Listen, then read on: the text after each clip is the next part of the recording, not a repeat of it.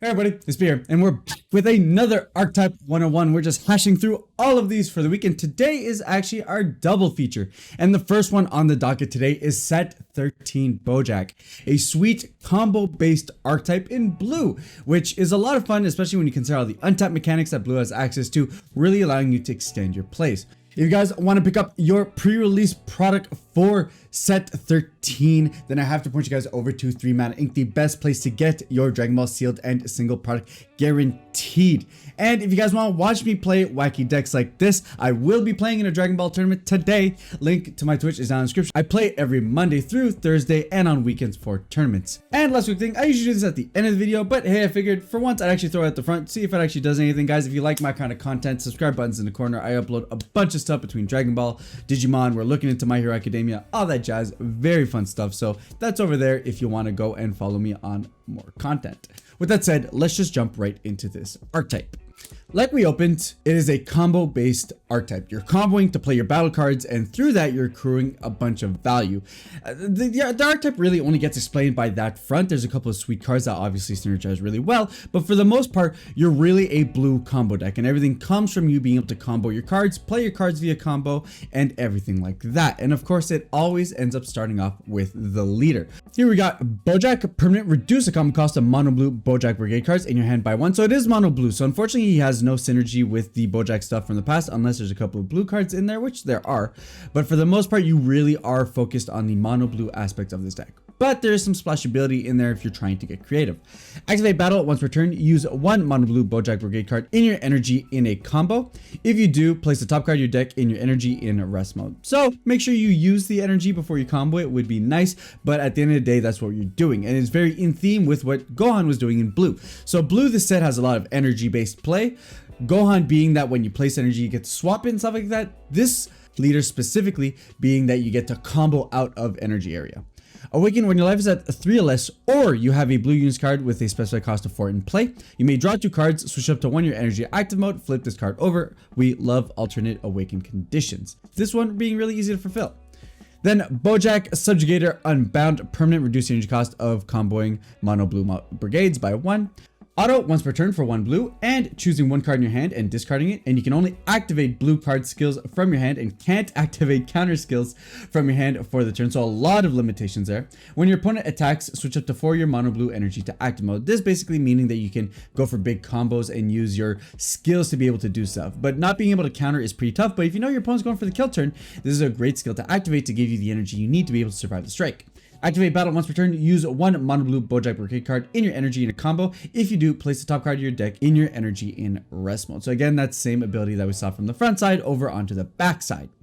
So that's cool. We're going to see a bunch of free play cards, but what does this all build up to, right? We've seen a lot of archetypes of free play cards that are just, you know, chunky 15k criticals or just 15k bodies all around. So what does it really make it worth it to be able to do that kind of stuff? Looking at the finisher, we have 8 cost Boujack on a rampage, 30k double striking dual attacker, EX evolves for 5, and you get to draw 2 cards on a Boujack when energy cost of 3 or 4, and it's not exclusive to mono blue, which is kind of cool. Auto for a blue and 3 at the end of battle in which this card is used in a combo from your hand or energy. Draw 1 card, choose up to 1 of your opponent's battle cards and place it at the bottom of their deck, and then play this card from your drop area in rest mode. So it is in rest mode. You don't get to attack with it right away, but it's relatively cheap for a big beefy attacker, especially one that has the ability that auto once per turn. If this card's in rest mode, when your opponent attacks with a battle card, switch up to 1 your blue energy active mode, then switch up to 1 of your opponent's energy to rest mode.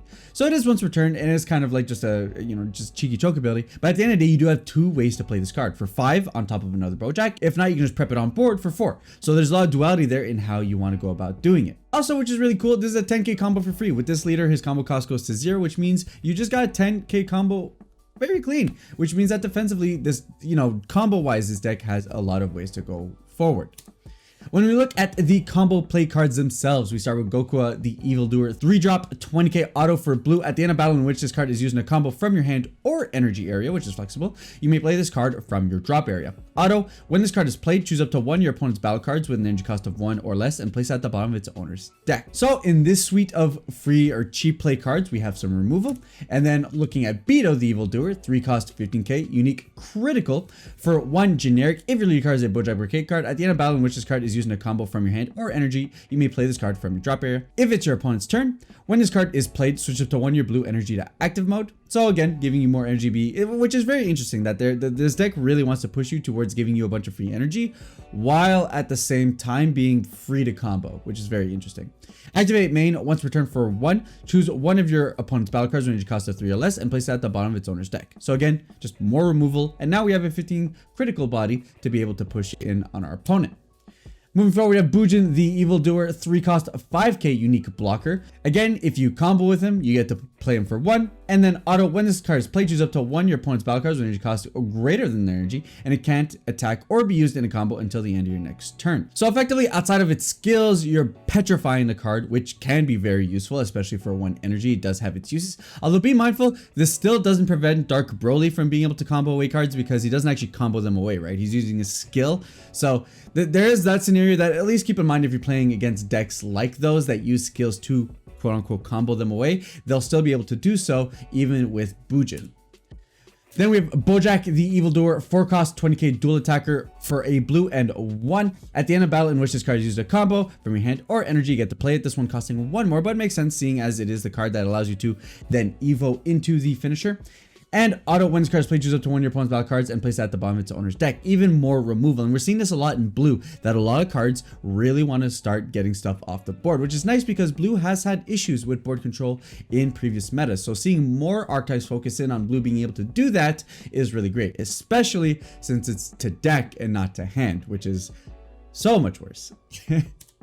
And then we wrap up with Boujack Rampaging Agent Destruction, this one being the TP Boujack, 3 cost 15k permanent. When this card is in rest mode, your opponent's battle cards with energy cost greater than their current energy can't attack leader cards, so it's effectively a deadly defender but for greater energy. And then auto for 1 if your leader card is a Boujack Brigade card or has Agent Destruction instant card name. At the end of a battle in which this card is used in a combo from your hand or energy, you may play this card from your drop area in rest mode. And then auto, when this card is KO'd, you get the draw card, so it replaces itself. Cool. So they're actually able to go off and kill it to be able to start attacking the leader again. Well, at least you're going to be able to replace the card itself. Then moving forward, of course, every archetype will have its consistency pieces. Here we start with Gokua the Calamity. 1 cost 4k auto, when this card is played, look at the top 5 cards on top of your deck, add up to 1 Boujack Brigade card with an energy cost of 3 or less, or up to 1 blue Unison card with a specified cost of 4 among your hand, then shuffle your deck. So we either get to find the archetypal Unison or anything else, but typically it'll be that one if you're aiming for this archetype, or any of your low cost Boujack Brigade cards. Activate battle once per turn for 1. This card gets 11k power and critical until the start of your next main phase, meaning that it's going to stay as a 15k, and we're seeing this more and more, that these 15k 1-drops are able to stay at 15k more consistently, which makes them way harder to deal with, makes them a much more annoying presence on a board. So it's actually a really, really effective skill on cards like these. And then we have Beto the Cruel, 1 cost 4k auto, when this card is played, you get to draw 1 card, so just a flat out cantrip. Activate battle once per turn for 1. This card gets 11k power and double strike until the start of your next main phase. So once again, we have the critical side of doing this, we've got the double strike side of doing this, so some very good cheap aggro. Then we have the defensive cards, Zangia the Evildoer, 3 cost 20k auto, when this card is used in a combo from your battle area or energy, you get to draw a card. So effectively just being another super combo. It's not a 10k super combo, but it is a combo that will just flat out replace itself for free, which is always sweet. And typical of any Boujack deck, Zangia is also the super combo. So Zangia the Savage super combo, and this is the super combos where they don't work great by themselves. They're only a 5k combo that'll draw a card. But if you have a combo already in the combo area, it'll give that combo an extra 6k, effectively making it an 11k combo, which is very powerful. It effectively serves for 3 regular 5k combos worth of cards, which is very, very powerful and can be really annoying when it comes to doing combat math. So it's just one of those things that you have to account for. Now, they don't scale. It would take like 6 of these to like go up the additional threshold. So, you know, at the end of the day, once you've gone through your first one, the difference is probably minimal, but it's just to say that it can make a difference, but they are worse on their own, which is something to keep in mind. Then we have Boujack the Commando, 1 cost 4k counterattack. If your leader card is a Boujack Brigade card, negate the attack and play this card. If you activate this card's counterattack skill from your energy, place the top card of your deck in your energy in a rest mode. Permanent, you can activate this card's counter skill from your energy by paying its energy cost and choosing 1 card in your hand and discarding 1. It's very flexible. It means on the earlier turns, you can charge this without worry, knowing that you still have some defense that your opponent won't be able to deal with. And like, let's say, I always bring up Invoker because Invoker brings up so many weird situations, but let's say, you know, that your opponent ripped out your card hand, even Broly Swap can be in this scenario. If you charge this, later on in the game, you'll have access to a negate that your opponent can't rip out of your hand, which is pretty huge. And then we have Galactic Buster 0 cost activate battle. If your leader card is a Boujack Brigade card or a mono blue card, which is nice, we could be a little bit flexible. And you choose one mono blue battle card with a combo cost of 1 in your energy. You get to draw one card, then use the chosen card in a combo. If it's your opponent's turn and you used a card in combo with the skill, place a card in your energy from your drop area, and then at the end of battle, switch one of your energy to rest mode. You can't activate battle skills on copies of this card for the turn. So it's just basically being able to free combo from your energy, and this like doesn't preclude things like 10Ks or anything like that, which is super sweet. So it's a great flexibility. It replaces itself. So if you're ever in a position where you feel like you just really want to have that versatility in terms of comboing, this is a phenomenal card. Do note that this is only with combo costs of 1 though, so that it doesn't include a lot of things, but I mean technically you could run pseudo super combos in your deck and then combo with those, which would be really cool. So just a thought. So it works obviously with this archetype, and then it'd be for the most part just regular 10Ks in any other blue cards. Then every archetype will have its Unison, and this is the 4 marker one for this deck. Majin Buu, Assault of the Agents of Destruction, 4 specified cost, 20k double strike blocker. Activate main, draw one card at the start of your opponent's next main phase, switch this card to active mode, and if your leader card is blue, switch up to one of your mono blue energy to active mode. This is actually kind of significant, the fact that it restands itself on your opponent's turn. I mean, there's a lot of skills, like let's say in yellow, that could prevent your Unison from being able to restand on your turn or something like that. This allows you to kind of play around those kinds of skills. It draws a card, but it doesn't plus, which is kind of tough, but at the end of the day, it's not uncommon to see from these high marker Unisons. And then we have the -1 on an auto. When your opponent attacks with a battle card, you may choose one of their battle cards and place it at the bottom of its owner's deck. It's an auto, it's gotta happen, but hey, you can make your opponent's life really annoying, and at least you're gonna be able to get some value off of them, at least trying to attack this or attack you, and it has blocker if you decide to not go with the attack option, which is a really cool mix-up. But that pretty much wraps up the set 13 Boujack archetype. Very combo based, playing your stuff. It's a little bit of energy manipulation, but you're very much a tempo oriented deck that really wants to get some advantage based on the cards that you put on board, and it has some cheeky one drops that can be really annoying. But the rest of the space of the deck is pretty open. It's not so tight knit that you can't run anything else, which means there is routes for you to go and mix up, maybe include some other Boujack Brigade stuff that we've had previously, or look to add in some other engines in there to complement what set 13 Boujack is trying to do. I'm really curious as to how you guys would build the deck, because I really don't have a full deck list idea in my head with this one yet. If you guys could let me know in the comments down below, that would be so cool.